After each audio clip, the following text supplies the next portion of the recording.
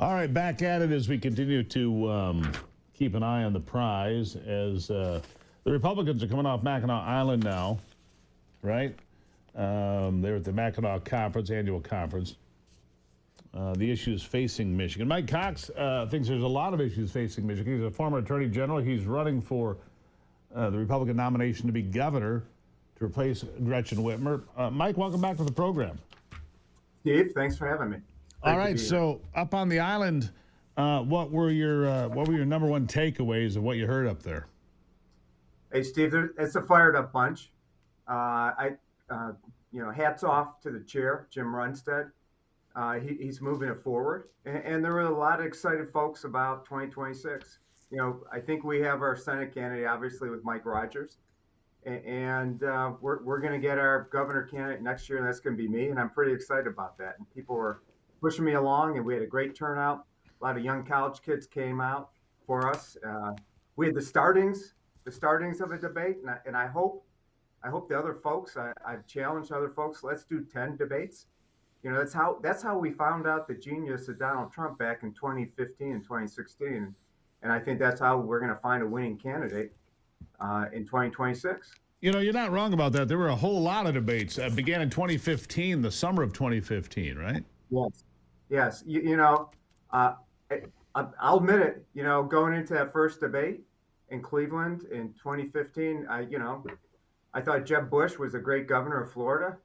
And then I was watching the debate with my wife, Laura, and I saw the president, Trump, and I turned to her and I said, oh, blank, that guy is something else. And that's how it all started. Yeah, he went on to cream the field, that's for sure. Three cycles in a row, he took all comers for the Republicans and obviously dispatched them all. You've got a pretty good and well-known field so far. It's yourself, Tom Leonard, former Speaker of the House, Senate Republican leader Eric Nesbitt. These are well-known people. Why you? Hey, I've won before, right? In fact, not just once, but twice. I share that with Donald Trump. There's very few people who can say they've won statewide office. Mike Rogers is running for an open Senate seat, and that's Gary Peters' seat. If you wiki him, Steve, you'll probably see his records 12-1, 13-1. He would have retired as a undefeated heavyweight champ of Michigan politics, but one guy beat him. That was me in the closest statewide race. Then 4 years later, I won by over 9%. So number one, I know how to win.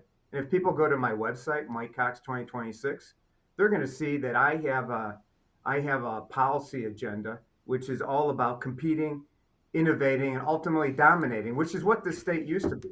So number one, I'm not half-stepping. In fact, Steve, I'm proud to say I'm the only Republican candidate who signed the no tax pledge of Grover Norquist. Everyone else is afraid to sign it because, Steve, that imposes a discipline on you, right? You take that pledge and you have to find resolutions other than spending more, other than taxing more. And so number one, I plan on eliminating the tax on work, which is called the income tax. 9 other states have done it, and they're booming. And Steve, if you think about this, we've seen the bloat of Whitmer, growing government by $27 billion in just 6 years. Do you realize it would just take one half of that, $13 billion, to completely eliminate the tax on work here in Michigan and join the 9 other states that are kicking ass? Yeah, you look around, and where does everybody flee to? Tennessee, Florida. They go to places where there is no personal income tax. That's what they do. New Hampshire, I'm waiting to see. New Hampshire put in no income tax to start the year. Maine on one side, Vermont on the other.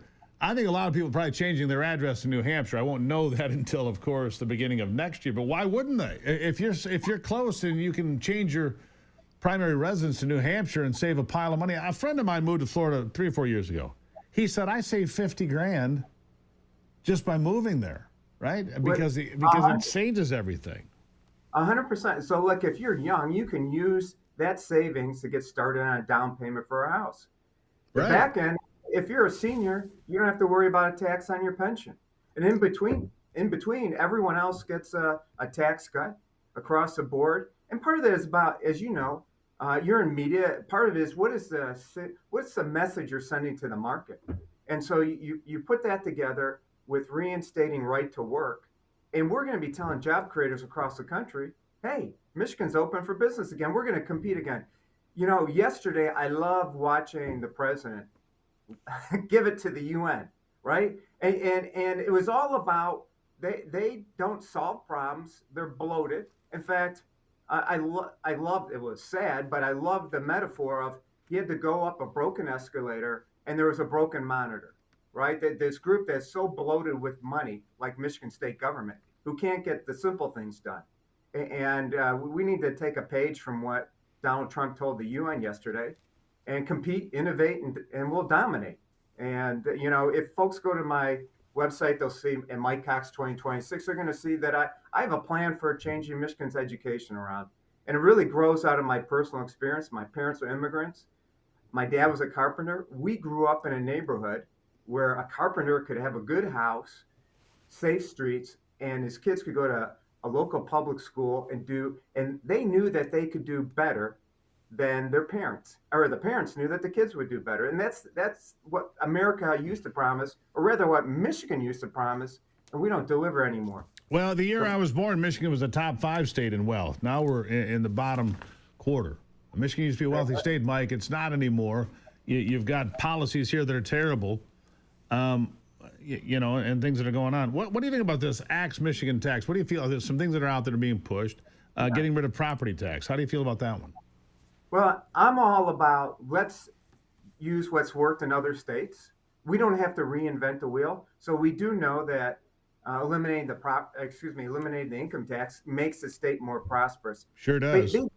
Here's the thing about Axe My Tax is this. Number one is why are we even talking about this? I mean, you mentioned a couple of legislators.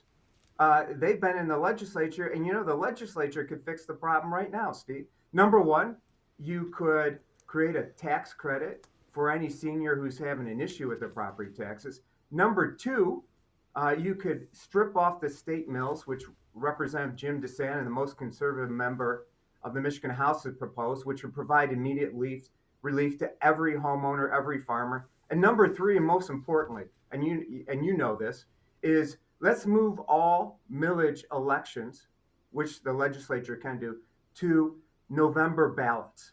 Because, you know, if it's on a November ballot, they can't sneak that stuff bias, which every local community tries to do. In my town in Livonia, in the August ballot, they tried to put on a $150 million bond proposal to do what, Steve?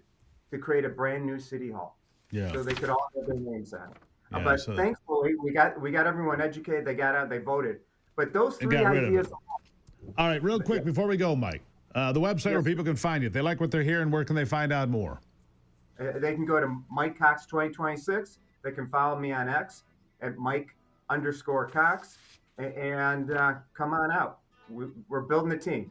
Mike Cox, 2026.com. Mike, appreciate the conversation as always. We'll talk again, I'm sure, many times. Thank you. Thank you, sir. Thank you, Steve. There you have it. Mike Cox, everybody, running for governor. Do you like it? Go check it out. I'll be right back.